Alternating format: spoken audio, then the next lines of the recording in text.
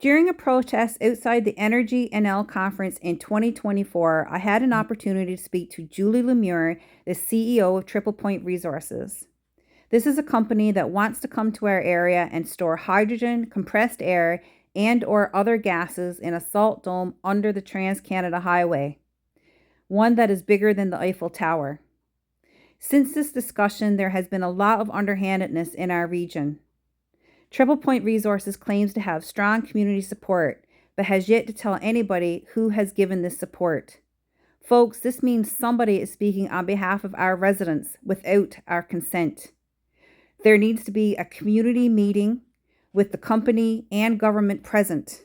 Residents need to be able to make an informed choice. And with our consent, and only with our consent, should this project move forward with safeguards in place. Our Area Development Association and Local Service District have both met with these companies, but no meeting minutes have been produced, none of these meetings are being recorded, and both groups are still claiming to be neutral. In the eyes of these companies, neutrality is consent. We need a public meeting. Afternoon, I should say. How are you? Hi. Oh, yes. Nice to meet you. Hi. And you're Julie Lemieux, Brenda Kitchen. Hi, Brenda. Yeah, really nice to meet you in person. And maybe I could just give you one of our handouts. Like, we're not against renewables. We just want to see it done properly for Newfoundland and Labrador. Yeah, we want that too. Well, that's great. And I know you're Yes. asking for when we're going to be there. We want to plan it when people can be there. Yeah. So don't worry, it will happen. You'll come out? Yes. And We don't know exactly when, but we will. Okay. It's super important for us, and like there's one of the question, I don't know if it's you who sent it or someone else, about the sinkhole. Yeah, there's a lot of concerns about the sinkholes and about our so we can fresh show you the water. map, like the homework that we've done with our geologists. We can organize a call with you if you want. But there is a map of all the sinkholes that have been monitored, I guess, by the government. We'll put that on a map. There's none that are close to where we are. We're right on the Trans-Canada Highway. But there's probably more that you know where they are, so we can pinpoint where they are and make sure we do the best. The sinkhole will always happen, and that's part of the world, so it's good. Would you also be interested, if the people are consenting to the project and they're in favor, would you be open to a community benefits agreement where they can actually be told that there will be jobs for people from the area that's being affected? We will have a lot of jobs. I think it's how everybody will split the entire work. Okay. There's a lot of different work that can be done, but for us the most important is really to gather all the information about the land to make the project significant and ecologically friendly as much as we can.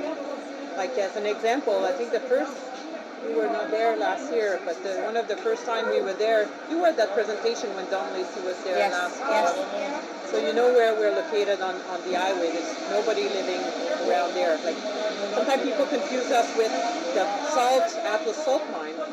That's another project, like way closer to the ocean. Yes. And their mine is a lot more shallow.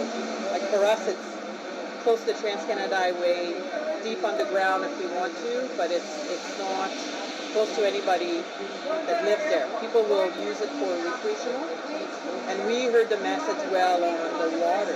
Like people would use a lot of water for electrolyzer and all that. Yeah. We believe we should take water from the ocean using a system that will not bring any life in the water. Yeah. So it's like a big, sometimes I say a big Brita filter. So you find a place where you have sand, and instead of having a pipe that goes in the ocean, you bring everything in. It just funnels through the sand slowly, and then the water can go back. Then we need to treat it. It's more expensive. We believe it's almost $80 million more expensive. But want to do things properly. We believe it's the right way to do it. When Mr. Lacey was out, they did share that they were going to want some assistance from maybe our fire department, and we asked if there would, because we have one truck for 1,000 people, and we did ask if so if you want to use our fire and emergency services, is there, are you going to help augment that? Or we spoke with GH2 as well, and we're like, we need to regroup and make that clear for everybody, because you have all those projects coming all at the same time, and it's super important that we resolve those questions that people locally have, like the firefighters. It's a big deal. And all that will need to be put in place. Like for us, we look at between 3 to 5 years before maybe we're in construction or operational. It takes time, but we have time to communicate all together. It's important for us. Well, thank you. Did you recognize? Thank you for stopping. Of course I do. Appreciate that. I read all our LinkedIn, and anybody that's concerned, Yeah. we listen to. Because, We're not folks that ignore. I always give a fair shake, but it's only when, and my experience has been with World Energy GH2, when they tell you fibs to your eye, that's when I start to get my back up. Yeah. I just want open and honest communication, and So for us, ignoring. we're super early, so there's Yeah. some question we cannot answer Yeah. yet. But it will come, and continue to send your question. And Is there any one Are you with person I that can? text?